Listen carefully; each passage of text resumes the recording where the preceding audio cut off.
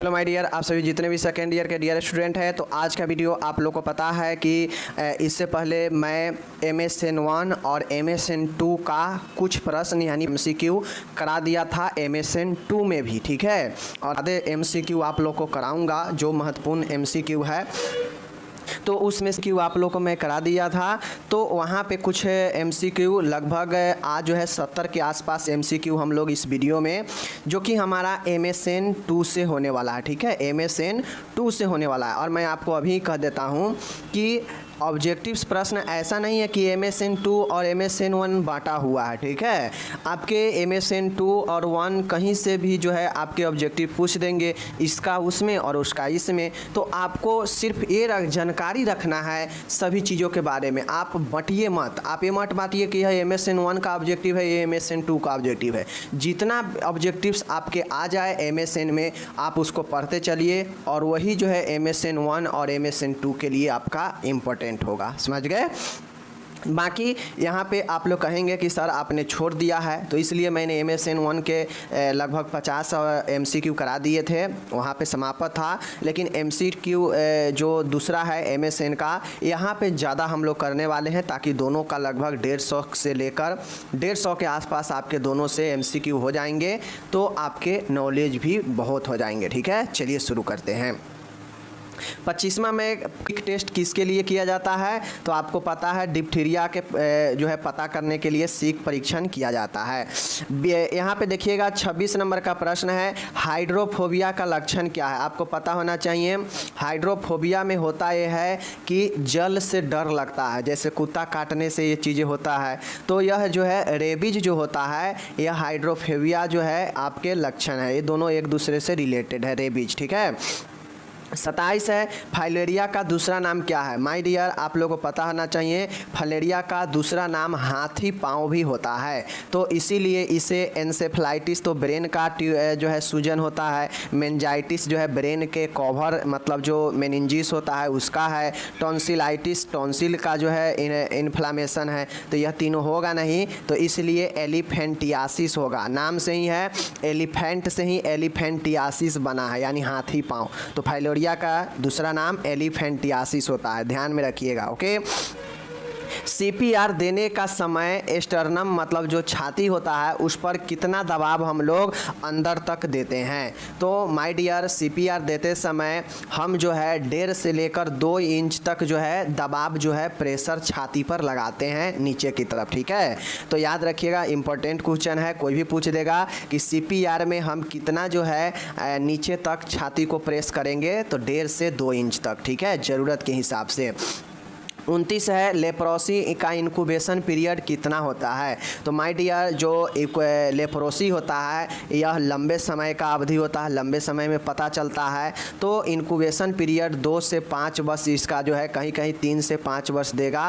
तो ये चीज़ें भी आपको यही होगा। देखिए, जहाँ भी MCQ आ जाएगा ना, तो वहाँ पे हम ऑप्शन को देखते हैं, ऑप्शन को टारगेट करते हैं, और जो आपको आंसर पता है, अगर उससे थोड़ा मोड़ा अगर कोई भिन्न है, उसके आसपास है, तो आंसर वही आसपास वाला होता है, ठीक है। कहीं कहीं आपको लेप्रोसी का इंक्यूबेशन पीरियड 3 से 5 दे देगा, 3 से 6 दे देगा, ईयर में दे देगा। तो ये आपको नॉर्मली सोचना है। तो 2 से 5 यहाँ पे ईयर है, तो यही इसका राइट आंसर होगा। अगर 3 से 5 रहता तो हम उसको आंसर मानते, ठीक है ना। 30 नंबर का है माय डियर, इंट्रा, अगर मान गए फिलअप में पूछ दे कि लेप्रोसी का इंक्यूबेशन पीरियड बताइए, तो आप 2 से 5 लिख दीजिएगा फिर भी सही, 3 से 5 ईयर लिख दीजिएगा फिर भी सही, लेकिन ईयर जरूर लगाइएगा, ठीक है। इंट्रा ऑकुलर प्रेशर बढ़ जाता है किस में, तो आपको पता होगा, मैं पढ़ा चुका हूँ कि ग्लूकोमा में जो होता है IOP लेवल बढ़ जाता है, आँखों में प्रेशर बढ़ जाता है, जिससे ग्लूकोमा होता है। 31 है, फाइलेरिया किस कारण से होता है। तो आपको पता है फाइलेरिया जो है क्यूलेक्स मच्छर के काटने से होता है, ये चीज़ें आपको पता होनी चाहिए, ठीक है। उसके बाद है 32, अंधेपन का मुख्य कारण क्या है। तो आप लोग को मैं पढ़ाया हूँ, कैटरेक्ट जहाँ पे मैं पढ़ाया हूँ, वहाँ पे जटिलता में मैं पढ़ा रखा हूँ कि इसका अंधेपन जो है, कैटरेक्ट का मुख्य कारण अंधेपन होता है। मोतियाबिंद से व्यक्ति के अंदर अंधापन जो है आता है, यह मुख्य कारण होता है। माय डियर 33 नंबर का है डायोमॉक्स में पाया जाता है। डायोमॉक्स एक दवाई का नाम है, मेडिसिन का नाम है, जिसमें एसीटाजोलामाइड पाया जाता है। ठीक है, डायोमॉक्स जो है अलग अलग जो है आपके डोज में आते हैं, लेकिन इसमें मुख्य जो कंपोजिशन होता है वह एसीटाजोलामाइड ही होता है। ठीक है, एसीटाजोलामाइड होता है जो क्या करता है, बीपी को कम करता है। अगर डायोमॉक्स कोई लेगा तो वह एसीटाजोलामाइड उसमें डायूरेटिक की तरह काम करता है, मूत्र का जो है बहुत ज़्यादा निष्कासन करता है। 34 है माय डियर, आँखों को लेंस के धुंधलापन से क्या तात्पर्य है। माय डियर, आँखों को लेंस से धुंधलापन के क्या तात्पर्य है, तो धुंधलापन का ही है लेंस के धुंधलापन। आँखों के धुंधलापन नहीं पूछता। अब आँखों में धुंधलापन तो संक्रमण होने से भी होता है, आँख आने पर भी धुंधला दिखाई देने लगता है। ठीक है, तो ये सब जो है अगर लेंस का धुंधलापन हो रहा है तो कहीं ना कहीं वह कैटरेक्ट का निशानी है। ठीक है, और लेंस अपारदर्शी हो रहा है। ठीक है, 35 नंबर है राइनिटिस सूजन होता है। राइनोरिया जो आप लोग जानते हैं, राइनिटिस राइनोरिया जो है, राइनोरिया जो होता है नाक से पानी बहना, राइनिटिस जो होता है नाके का जो म्यूकस होता है जहाँ से पानी निकलता है, ठीक है ना, नाक बहता है, उसी मेम्ब्रेन का जो है यह इन्फ्लामेशन होता है। नजल म्यूकोस मेम्ब्रेन का इन्फ्लामेशन, नाक का म्यूकोसा का इन्फ्लामेशन राइनिटिस कहलाता है। मायोकार्डियल इन्फारक्शन एमआई को हम लोग हार्ट अटैक भी कहते हैं। आपको इसको डिटेल में आगे पढ़ना है। हार्ट अटैक कहते हैं, और इसके होने का प्रमुख कारण क्या होता है, तो धूम्रपान से भी हो सकता है, मोटापा होने से भी हो सकता है, हाई ब्लड प्रेशर से भी हो सकता है, इसलिए यह सभी इसका राइट आंसर हो जाएगा। नेक्स्ट प्रश्न है प्लेग का इंक्यूबेशन पीरियड कितना होता है, तो आपको पता होना चाहिए प्लेग का इंक्यूबेशन पीरियड एवरेज की बात किया जाए तो 3 से 7 दिन माना जाता है, लेकिन आप लोग यहाँ पे देख लीजिए 3 से 7 कहीं दिया गया है, नहीं दिया गया है, 1 से 7 दिया गया है, तो लगभग यही हमारा आंसर हो जाएगा। ठीक है, तो ये चीज़ें याद रखना है। ओके, 38 है एलोपेसिया का मतलब क्या होता है, तो आपको पता होना चाहिए बालों का अनुपस्थित, गंजापन होना या बालों का टूटना, लॉस ऑफ हेयर, ये सब जो है हमारा एलोपेसिया के अंदर आता है, एलोपेसिया हो जाएगा। 29 है कहता है नॉर्मल आई जो होता है उसका विजन कितना होता है, तो माय डियर जो 6/6 के अगर किसी का यह पावर होगा तो उसको नॉर्मल दृष्टि माना जाता है 6/6 का। ओके, नेक्स्ट है केराटोप्लेसिया का अर्थ क्या है, तो आपको पता होना चाहिए केराटोप्लेसिया का मतलब होता है कि कॉर्निया का ट्रांसप्लांट, कॉर्निया का सर्जरी होना ही केराटोप्लेसिया कहलाता है। और इसको हम लोग जो है कॉर्नियल ग्रेफ्टिंग भी कहते हैं। ये कॉमिल नहीं होगा, ठीक है, एम नहीं है, कॉर्निल होगा, कॉर्निल, ठीक है ना। कॉर्नियल ग्रेफ्टिंग, कॉर्निया का जो है ग्रेफ्टिंग जो है होता है, और उसे केराटोप्लेसिया भी कहते हैं और कॉर्नियल ग्रेफ्टिंग भी कहते हैं। ओके, चलिए आगे हम माय डियर यहाँ पे अब नेक्स्ट प्रश्न की तरफ हम चलते हैं। कहता है शैल क्रिया द्वारा आँखों को निकालने को क्या कहते हैं। माय डियर आँखों को निकालना समझ लीजिए कि जो ऑर्बिट होता है, ऑर्बिटल जो होता है हमारा आँख का, उस ऑर्बिट से आँखों को निकालना, ठीक है, सर्जरी के द्वारा, उसे हम लोग एनुक्लीसन कहते हैं। क्या कहते हैं, एनुक्लीसन कहते हैं। याद रखिएगा, इंपॉर्टेंट है, सर्जरी के द्वारा आँखों को निकालना एनुक्लीसन कहलाता है। ठीक है, ये चीज़ें याद रखिएगा। स्तन कैंसर की होने की समान औसतन आयु कितना है, तो समान औसतन आयु यह 42 वर्ष होते हैं। इस उम्र में जो है स्तनों में ज़्यादा फैट वगैरह का जमाव ज़्यादा होने लगता है एज बढ़ने के साथ। यही कारण होता है कि लगभग 42 से 45 वर्ष जो है यह एवरेज माना जाता है औसतन आयु ब्रेस्ट कैंसर होने का। ऐसा नहीं है कि यह पहले नहीं हो सकता है या बाद में नहीं हो सकता है, औसतन इतना माना जाता है, लेकिन होने के लिए पहले भी हो सकता है, बाद में भी हो सकता है। इस्कीमिया का मतलब क्या होता है माय डियर, इस्कीमिया का मतलब होता है कि हृदय के तरफ रक्त प्रवाह में कमी। ठीक है, तो हृदय को अगर रक्त प्रवाह कम होने लगता है तो उसे इस्कीमिया भी कहते हैं, और रक्त प्रवाह की कमी इस्कीमिया। और आप लोग पढ़ चुके हैं एंजाइना पेक्टोरिस, तो एंजाइना पेक्टोरिस एक प्रकार के इस्कीमिया ही होता है जिसमें हृदय की तरफ यानी हृदय को ब्लड सप्लाई कम होने लगता है। ओके, नेक्स्ट है गोनेरिया का इंक्यूबेशन पीरियड क्या होता है। यह एक सेक्सुअल एसटीडी डिजीज है जिसका इंक्यूबेशन पीरियड नॉर्मल 3 से 8 डे जो है माना जाता है, लेकिन यहाँ पे देखिए 3 से 8 दिया गया, नहीं दिया गया, ये बहुत कम दिया गया है, ये ज़्यादा दिया गया है, ठीक है, ये बहुत कम है। तो इसका राइट आंसर 2 से 8 यहाँ पे है, इसलिए यही आंसर हो जाएगा। ठीक है, इनक्यूबेशन पीरियड याद रखिएगा, कंपटीशन में इनक्यूबेशन पीरियड से बहुत पूछता है और आपके जीएनएम सेकेंड ईयर में भी बहुत पूछता है इनक्यूबेशन से एक सवाल। ठीक है, नाइट्रोग्लिसरीन का उपयोग कहाँ किया जाता है? तो आप लोगों को मैं पता है,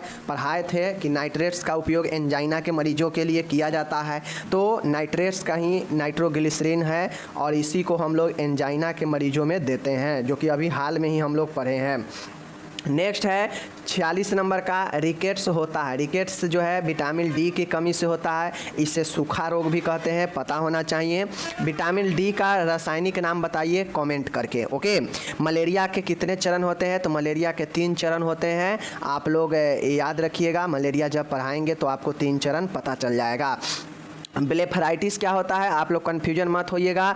एक होता है फ्लेबाइटिस, फ्लेबाइटिस जो होता है वह नसों की सूजन होता है। ठीक है, और सिराओं का सूजन होता है, भेन में इन्फ्लामेशन को फ्लेबाइटिस कहते हैं। लेकिन अगर ब्लेफराइटिस पूछेगा बी से तो यह आईलिड का जो है सूजन होता है। ठीक है, पलकों की सूजन को ब्लेफराइटिस कहते हैं। माय डियर, देखिए इस माय डियर, अब नेक्स्ट प्रश्न है हमारे सामने, देख सकते हैं, कहता है हार्ट रेट सबसे ज़्यादा किस में होता है? तो आप लोग को पता होना चाहिए कि हार्ट रेट सबसे ज़्यादा किस में होता है। नवजात में तो होता ही है, फीटस में सबसे ज़्यादा होता है, वृद्ध में कम होता है और वयस्कों में जो है उससे जो है थोड़ा ज़्यादा होता है। तो फीटस में सबसे ज़्यादा जो है आपके हार्ट रेट होते हैं। ओके, 49 नंबर का माय डियर प्रश्न है, मास्टाइटिस का सर्वाधिक कारण क्या है? हम आपको पढ़ा चुके हैं, आइटिस का मतलब होता है इन्फ्लामेशन और स्वेलिंग। ठीक है, इन्फ्लामेशन और स्वेलिंग ये मुख्य कारण होता है मास्टाइटिस का। और यह जो है मास्टाइटिस आपको पता होना चाहिए कि स्तनों का जो है ये आपके एक प्रकार से संक्रमण होता है, स्तन में संक्रमण, इन्फ्लामेशन होना मास्टाइटिस कहलाता है। और इसका मुख्य कारण जो होता है वह स्टेफाइलोकोकस से जो है होता है, यह एक बैक्टीरियल इन्फ्लामेशन होता है। ठीक है, और इसे स्टेफाइलोकोकस कहते हैं। कॉकी आप लोग पढ़े हैं ना, कॉकी बैक्टीरिया के क्लासिफिकेशन में कॉकी पढ़े हैं ना, तो इसी कॉकी ग्रुप का एक बैक्टीरिया होता है स्टेफाइलोकोकस। ठीक है, याद रखिएगा।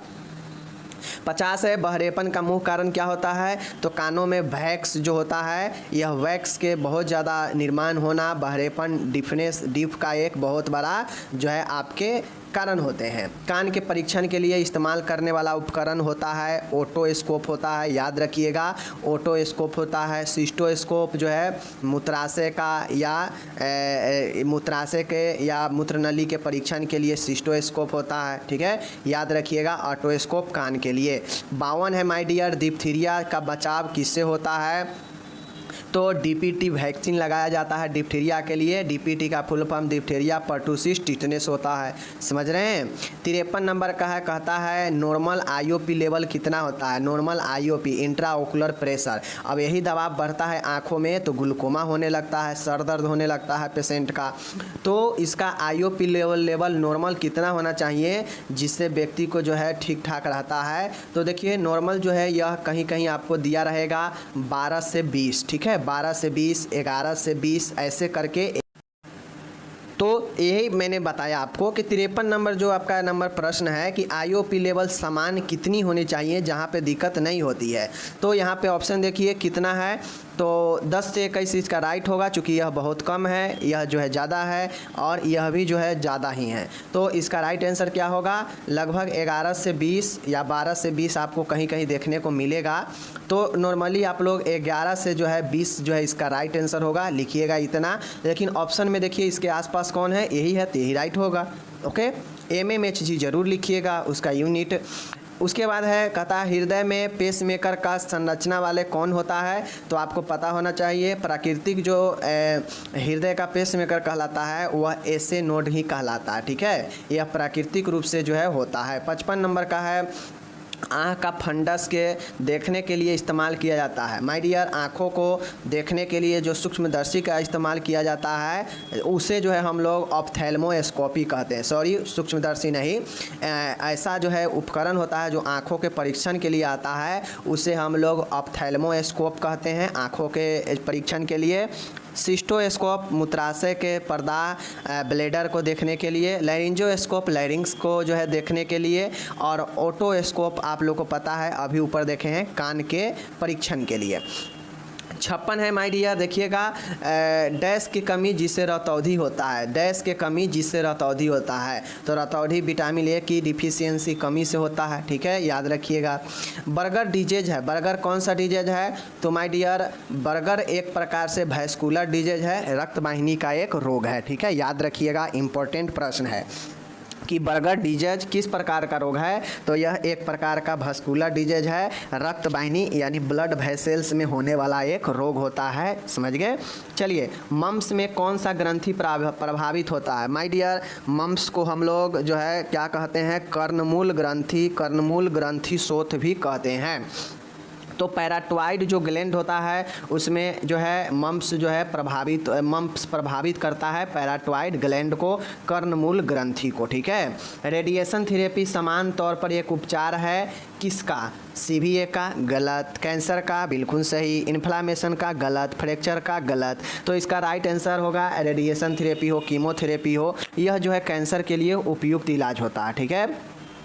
देखिएगा 60 है, जले हुए मरीजों के लिए आराम की युक्ति कौन सी है, तो माय डियर यहाँ पे आराम के साधन पूछ रहा है या आराम के युक्ति मतलब उपकरण पूछ रहा है जले हुए मरीज के लिए। तो आप लोग फर्स्ट ईयर में पढ़े हैं, ठीक है। कार्डियक टेबल कार्डियक मरीज के लिए होता है, पता होना चाहिए, ठीक है। सैंड बैग फ्रैक्चर पैरों को स्थिर करने के लिए। एयर क्यूशन होता है जो है प्रेशर समान स्थान पर लगे, इसके लिए होता है, ठीक है। और बेड क्रेडल होता है जो इस प्रकार से बना होता है और इस पर कपड़ा को जो है क्या किया जाता है, रखा जाता है और इसके अंदर मरीज आराम करता है, जिससे कपड़ा जले हुए मरीज के बॉडी पर टच नहीं होता है, ठीक है। तो ये बेड क्रेडल होगा। 61 नंबर है माय डियर, हृदय ताल की विकृति को क्या कहते हैं, ताल मतलब होता है रिदिम होता है। तो अगर हृदय में रिदिम में कोई समस्या आता है तो उसे डिसथर्मिया कहते हैं, क्या कहते हैं, डिसरिदमिया कहते हैं, ठीक है। डिसरिथेमिया कहते हैं, ठीक है। रिदिम से रिदेमिया बन जाएगा, डिसरेदेमिया दुष्ट तलता, ठीक है, याद रखिएगा, ये इम्पोर्टेंट है। 62 है, कॉप्लिक स्पॉट किस में दिखता है, आप लोगों को पता है मिजल्स में कॉप्लिक स्पॉट दिखता है, अभी मैंने पढ़ाया भी था। उसके बाद प्रश्न है, अस्थि मज्जा प्रत्यारोपण में संकेत दिया जाता है, मतलब जो है किसमें बोन मैरो का ट्रांसप्लांट करने का इंजेक्शन दिया जाता है। तो आप लोग को पता होना चाहिए ब्लड कैंसर होता है, ल्यूकोमिया अगर किसी को होता है तो उसमें जो है उसका एक उपचार ये भी है कि मरीज का बोन मैरो का ही ट्रांसप्लांट कर दिया जाता है, क्योंकि ब्लड का जो है प्रोडक्शन यहीं से होता है, बोन मैरो से ही, ठीक है ना। तो इसलिए ल्यूकोमिया जो होता है तो में बोन मैरो का ही ट्रांसप्लांट करने का इंजेक्शन आता है। नेक्स्ट प्रश्न है, कैंसर के उपचार की रूपरेखा सभी को शामिल करती है सिवाय किसके, मतलब कौन से ऐसे है इसमें जो कैंसर के उपचार में शामिल नहीं होता है, किसके सिवाय छोड़कर। सर्जरी होता है, बिल्कुल सही है। कीमोथेरेपी भी कैंसर के लिए है, बिल्कुल थेरेपी है। इम्यूनोथेरेपी यह भी है, लेकिन वैक्सीन जो है कैंसर के लिए नहीं दिया जाता है, वैक्सीन जो है कैंसर में काम नहीं करता है। तो ये जो है हमारा डी आंसर सही हो जाएगा।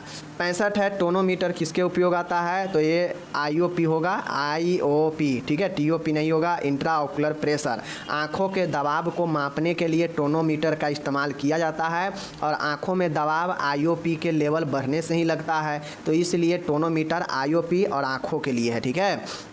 66 नंबर है, अमकुचन की एक जटिलता है, contraction is one of the contraction, ठीक है। देख लीजिए यहाँ पे कंट्रैक्शन, अवकुचन की एक जटिलता क्या है, CCF। अब CCF का फुल फॉर्म क्या होता है, कंजेस्टिव कार्डियक फेल्यूर होता है। इसको बारे में भी आपको डिटेल से पढ़ना है, मैं पढ़ाऊँगा। इसमें अंकुचन होता है, यह एक जटिलता है, ठीक है।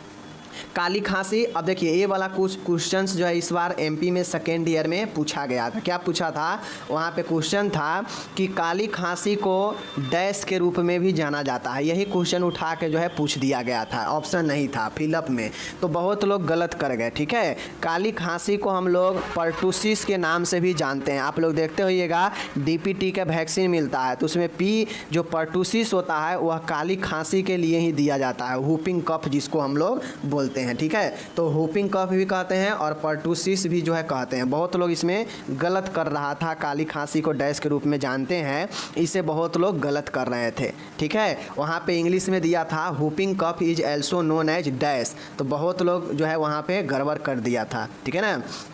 आपको गड़बड़ नहीं करना है क्योंकि मैं पढ़ा दिया। मलेरिया किसके द्वारा फैलता है तो आपको पता होना चाहिए, वायरस के द्वारा गलत, रिकेट्सिया के द्वारा गलत, फाइलेरिया ब्रोंकाइटिस के द्वारा गलत, Plasmodium is the right answer, ठीक है, ऑप्शन के हिसाब से, ओके ना।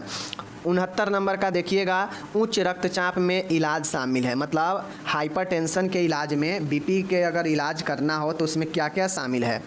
डिजिटलाइटिस यह हृदय रोग के लिए है, गलत हो जाएगा। एंटीबायोटिक संक्रमण के लिए है, गलत हो जाएगा। डायूरेटिक क्या कहता है, डाईयूरेटिक क्या करता है, यह क्या करता है आपके उच्च रक्तचाप में डायूरेटिक जो होता है मूत्र को क्या करता है, निर्माण ज़्यादा करता है। और एंटी हाइपरटेंशन क्या करता है, यह दवाई होता है जो आपके उच्च रक्तचाप में काम देता है, ठीक है, उच्च रक्तचाप को अवरोध करता है। तो यह राइट आंसर हो जाएगा, नाम से स्पष्ट है, एंटी हाइपरटेंसिव। 70 है, टोनोमीटर के अंदर के दबाव को मापने के लिए किसका, आँखों में जो दबाव होता है, आँखों के अंदर जो दबाव होता है, आईओपी लेवल जो बढ़ता है उसके कारण जो दबाव होता है उसके लिए टोनोमीटर का उपयोग किया जाता है, ओके, ऊपर में भी बताए हैं। 71 नंबर है, हाइपोवॉल्यूमिक शॉक का कारण क्या है, तो आपको पता होना चाहिए, हाइपो मतलब होता है कमना और वॉल्यूमिक जहाँ भी आ जाएगा समझिएगा यह तरल के बात कर रहा है, ठीक है, तरल के बात कर रहा है। तो हाइपो मतलब कम और वॉल्यूमिक मतलब तरल, यानी तरल के कमी से जो शॉक लगता है उसे हाइपोवॉल्यूमिक शॉक कहते हैं। शॉक मतलब होता है आघात लगना, ठीक है, तो यही है कम तरल पदार्थ की मात्रा और इसी को हाइपोवॉल्यूमिक शॉक कहा जाता है, ओके। भूकंप क्या है माय डियर, तो भूकंप एक प्रकार के प्राकृतिक आपदा है, नेचुरल डाइजेस्टर है, याद करना पड़ेगा आपको। भूकंप से भी प्रश्न लॉन्ग में शॉर्ट में सब में पूछे जाते हैं। कौन सा नैदानिक परीक्षण टाइफाइड बुखार के लिए प्रयोग किए जाते हैं माय डियर, कौन सा नैदानिक परीक्षण है जो टाइफाइड के लिए प्रयोग किए जाते हैं, तो टाइफाइड के लिए मॉन्टेक्स, टीबी के लिए होता है, गलत हो जाएगा ये, ठीक है। और विडाल टेस्ट, ये बातें सही है, तो Widal test is the right answer. And Mantoux जो है टीबी के लिए होता है, टीबी के लिए टीबी गोल्ड भी होता है, ओके। 74 नंबर है, आगे है, आंतरिक विकिरण चिकित्सा को किस रूप में जाना जाता है my dear, internal radiation therapy को किस रूप में जाना जाता है। तो माय डियर आप जब रेडिएशन थेरेपी पढ़े थे और वहाँ पे मैं आप लोगों को पढ़ाया भी था और बताया भी था कि जो रेडिएशन थेरेपी होता है 3 प्रकार से लगता है, एक इंटरनल, एक्सटर्नल और, ठीक है, तो ये जो है आपके होता है। और इंटरनल वाला जो होता है उसे मैं आप लोग को बताए भी थे कि इसे ब्रेकीथेरेपी भी कहा जाता है। ब्रेकीथेरेपी यह रेडिएशन का इंटरनल जो है होता है, ठीक है, याद रखिएगा। 75 नंबर है, एसिडिटी का उदाहरण क्या है माय डियर, इसमें एसिडिटी जो है किस बीमारी में, चिकन पॉक्स, क्षय रोग, एड्स, मोतियाबिंद, किस बीमारी में जो है एसिडिटी ज़्यादा बनता है माय डियर।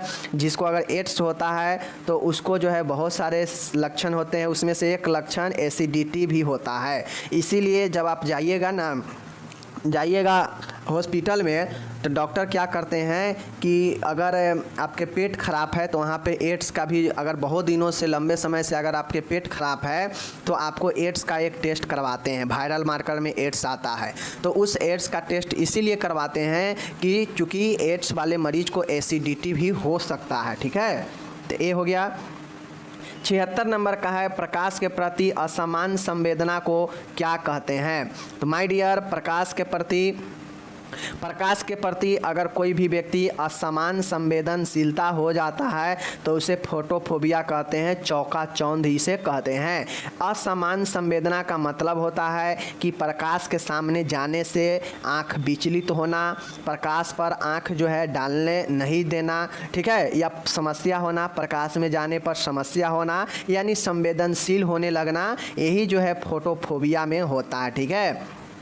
डिप्लोपिया क्या होता है, तो यह द्विविजन होता है, ठीक है। हाइड्रोफोबिया जल से जो है डर लगता है, ठीक है। तो ये जो है एफेकिया क्या होता है, लेंस में हानि होता है। तो ये सब याद रखने वाली बातें हैं।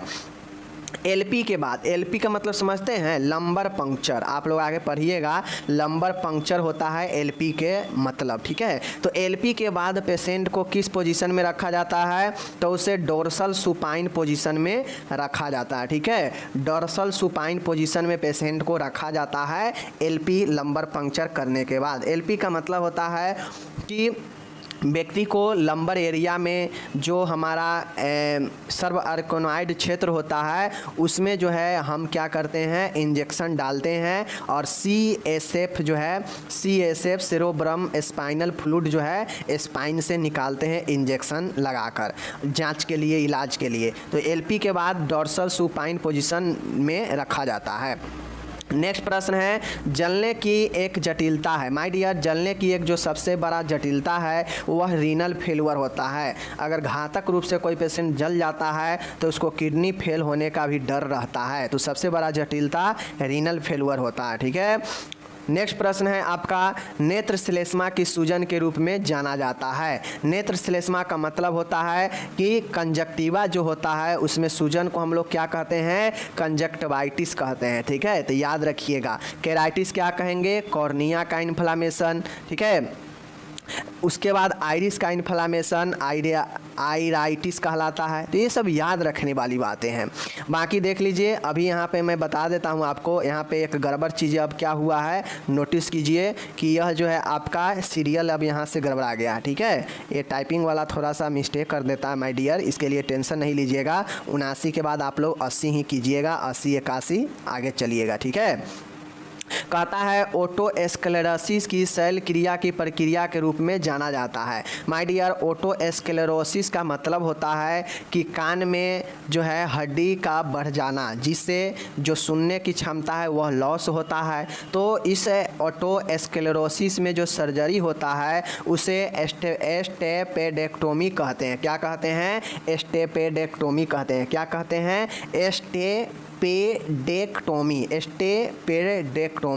स्टेपेडेक्टोमी कहते हैं ओटोस्क्लेरोसिस की, जो है, समझ गए ना। चलिए, ये समझ गए। चलिए, कुछ चीज़ें होता है जिसको 1-2 बार आपको रिपीट करना पड़ेगा, तब जाके जो है वहाँ पे क्लियर होता है चीज़ें, समझ गए। तो वही मैंने बताया कि कुछ चीज़ें ऐसे होते हैं जिसको आपको 1-2 बार रिपीट करना पड़ेगा, तब दिमाग में बैठेगा। ओटोस्क्लेरोसिस में सर्जरी होता है, उसे स्टेपेडेक्टोमी कहते हैं, याद रखना है, ओके। सेप्टेसेमिया क्या होता है माय डियर, सेप्टेसेमिया एक बहुत ही खतरनाक जो है बीमारी है। सेप्टेसेमिया का मतलब होता है कि ब्लड में इन्फेक्शन होना। सीधी आम भाषा में जानिए कि खून का संक्रमण अगर किसी को हो जाता है तो उसे सेप्टेसेमिया कहते हैं। ब्लड में पॉइजनिंग सेप्टेसेमिया कहलाता है, ओके, याद रखिएगा। नेक्स्ट है, यहाँ पे आप लोग देख सकते हैं कि कुछ गड़बड़ाने के बाद फिर से यहाँ पे देख सकते हैं कि 82 से शुरू कर दिया है, ठीक है ना, और उससे पहले जो है आपके गड़बड़ा गया था, ठीक है। सोराइसिस में ऊंचा स्पर्शनीय पिंड को देखा जाना क्या कहलाता है। माय डियर, सोराइसिस जो होता है एक प्रकार से स्किन डिजीज है, और इसमें जो एक ऊंचा सा पिंड बन जाता है, फोड़ा फुंसी जो होता है, उसे प्लेक्स चकाता कहते हैं, ठीक है, याद रखिएगा। चकाता बन जाता है स्किन पे, समझ रहे हैं। चलिए, ये हो गया। 83 है, कान के परीक्षण के लिए ओटोस्कोप होता है, फीटोस्कोप होता है, भ्रूण की स्थिति को जांचने के लिए, हार्ट रेट जांचने के लिए भ्रूण के गर्भ में, ठीक है। ओटोस्कोप कान के लिए, ठीक है ना। इंडोस्कोप होता है, जो एंडोस्कोपी होता है ना, वह आंतों के परीक्षण के लिए होता है। सिस्टोस्कोप जो होता है मूत्राशय, ठीक है ना, मूत्रनली, ये सब के परीक्षण के लिए, ओके ना। चलिए, चौथा है, यहाँ पे देखिएगा, हड्डी के प्राथमिक सौम्य ट्यूमर को कहा जाता है। अगर हड्डी में कोई प्रकार के ट्यूमर यानी सूजन के रूप में हड्डी में हो जाता है तो उसे ऑस्टियोकॉन्ड्रोमा कहते हैं, ठीक है। ऑस्टियोकॉन्ड्रोमा कहते हैं, याद रखिएगा। ऑस्टियो मतलब हड्डी से ही, ऑर्थो से ही ऑस्टियो बना है, और कॉन्ड्रोमा का मतलब ही होता है कि ट्यूमर के रूप में। तो हड्डी में जो प्राथमिक ट्यूमर होता है उसे ऑस्टियोकॉन्ड्रोमा कहते हैं। नेक्स्ट है हेपरिन। ये क्या है, तो आप लोग को पता है हेपरिन क्या करता है, एंटीकोगुलेंट है, रक्त को थक्का बनने से रोकता है। हेपरिन हो गया, वारफिरिन हो गया, यह सब एंटीकोगुलेंट है, समझ गए। और एंटीकोगुलेंट का क्या काम है कि ब्लड के थक्का को जो है तोड़ता है, ठीक है। सुजाक, सिफिलिस किसके कारण होता है, तो आपको पता होना चाहिए। सिफिलिस जो होता है ट्रेपेनोमा पेलिडम के कारण होता है। सिफिलिस किसके कारण होता है, ट्रेपेनोमा पेलिडम के कारण होता है। ओके, चलिए नेक्स्ट प्रश्न है, हर्पीज जो है दाद, हर्पीज जो है देख लीजिए यहाँ पे, हर्पीज जो है किस बीमारी से जुड़ा हुआ है, तो हर्पीज जोस्टर जो है चिकन जो है पॉक्स से जुड़ा हुआ है। याद रखिएगा, हर्पीज जोस्टर जो है चिकन पॉक्स रिलेटेड है इससे, ठीक है, याद रखिएगा, इंपॉर्टेंट प्रश्न है ये सब आपको जीएनएम, बीएससी नर्सिंग, एएनएम और तमाम नर्सिंग के जो है कंपटीशन के लिए बहुत बहुत इम्पोर्टेंट है। तो इसलिए आप लोग इसके पढ़ना नहीं भूलिए, और इसका अगर आप खुद से भी पढ़ना चाहते हैं तो nursingyan.com पर यह मिल जाएगा, वहाँ से जाके आप जो है पढ़ सकते हैं, डिस्क्रिप्शन में लिंक आपको मिल जाएगा। नर्सिंग ज्ञान में जो है आपको सेकेंड ईयर में जाना है, सेकेंड ईयर में आपको MSN2 में जाना है, और MSN2 में यह आपको मिल जाएगा MCQ वाला, ठीक है। खून में RBC के वृद्धि को पॉलीसाइथेमिया कहते हैं, क्या कहते हैं, पॉलीसाइथेमिया कहते हैं। अगर किसी को अगर ब्लड में RBC का लेवल, RBC का मात्रा बढ़ जाता है तो उसे हम लोग पॉलीसाइथेमिया कहते हैं, याद रखिएगा, बहुत इंपॉर्टेंट है। ओके, नेक्स्ट है ऑर्काइटिस का सूजन। टेस्टिस जो होता है ना, टेस्टिस में जो वृषण जो होता है उसका अगर सूजन हो जाता है उसमें, ठीक है ना, जैसे मान गए इसमें सूजन हो जाएगा तो इसे जो है हम लोग क्या कहते हैं, ऑर्काइटिस टेस्टिस का सूजन होता है, ठीक है, इन्फ्लामेशन।